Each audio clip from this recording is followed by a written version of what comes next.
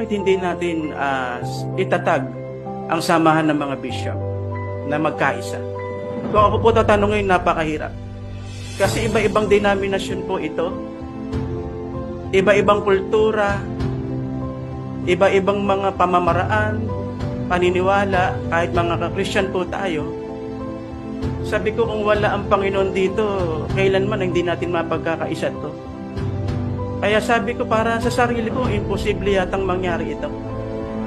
Dahil noon pa man, hindi po may kakatuwa kahit sa mga alagad, meron ng hindi pagkakaunawaan. Kung sino ang dakila, kung sino ang mas malaki ang ministry. Kaya sabi ko sa Panginoon, alam ko na tama ang aming Bishop Ding. Bigyan niyo ako ng sign na maitatag itong United Bishop of the Philippines International. At ibinigay po sa atin ng Panginoon ang Kolosas, Kabanatang 3:14. Dito po hango ang pangalan na ito.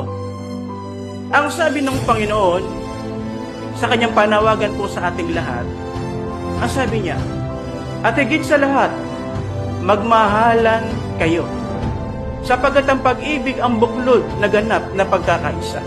So makita po natin dito mga kapatid sa talatang ito na ang susi sa pagkakaisa ay ang pag-ibig na galing sa Diyos na meron tayo. Alam natin na ang Diyos natin ay Diyos po ng pag-ibig. Kaya dapat yung pag-ibig na ito na ating tinanggap sa Panginoon ay makita po sa ating mga buhay, lalo po sa ating mga bishop.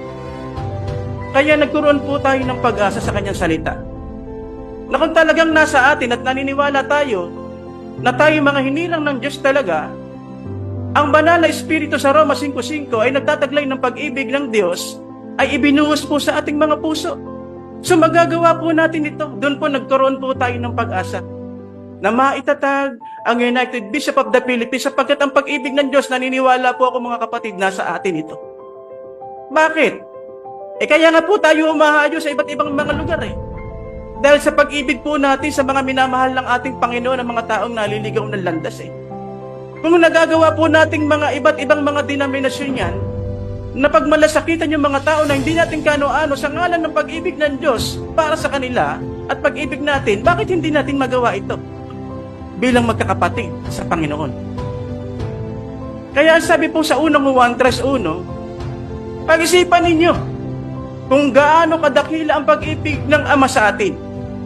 Dito po pumasok mga kapatid na magkakaiba man tayo ng denominasyon, pamamaraan, dapat hindi na mahalaga sa atin yun Hindi na pa dapat pinupuna kung ano man yung pamamaraan ng ating kapatid, ano man ang kanyang kultura, dapat nandun po yung respeto po natin. Kasi sabi rito ng Panginoon, isipin ninyo, magkakaiba tayo ng ugali, magkakaiba tayo ng kultura. Pero isipin nyo, isaalang-alang daw natin yung pag-ibig ng ating Ama sa ating mga kapatid. Kaya doon pumasok po sa akin, dapat pala, anumang denominasyon, mahalin na lang natin yung ating mga kapatid. Hindi dapat hinuhusgahan. Yakapin natin.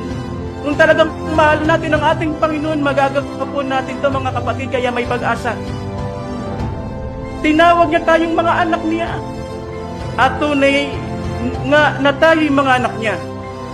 Isipin niyo po yung mga hinirang ng Diyos. Kung dito lang sa lupa, mag-iiwasan na tayo. May mga bahagi tayo ng kaligtasan sa langit. Magkikita-kita po tayo sa langit. Mag-iiwasan pa ba tayo doon? Kaya itong panawagan ng ating Panginoon ay matagal niya nang inaasa. Matagal nang pinapangarap ng ating Panginoon na kanyang mga hinirang sa kanyang mga alagad pa lang noon ay makita yung pagkakaisa sa ngalan ng pag-ibig. Ngayon sa panahon po natin, ito po, binibigyan po tayo ng pagkakataon. Dapat ang maghari po sa atin, hindi po yung denominasyon. Hindi yung mga doktrina, dapat ang maghari po sa atin yung pag-ibig sa atin ng ating Panginoon.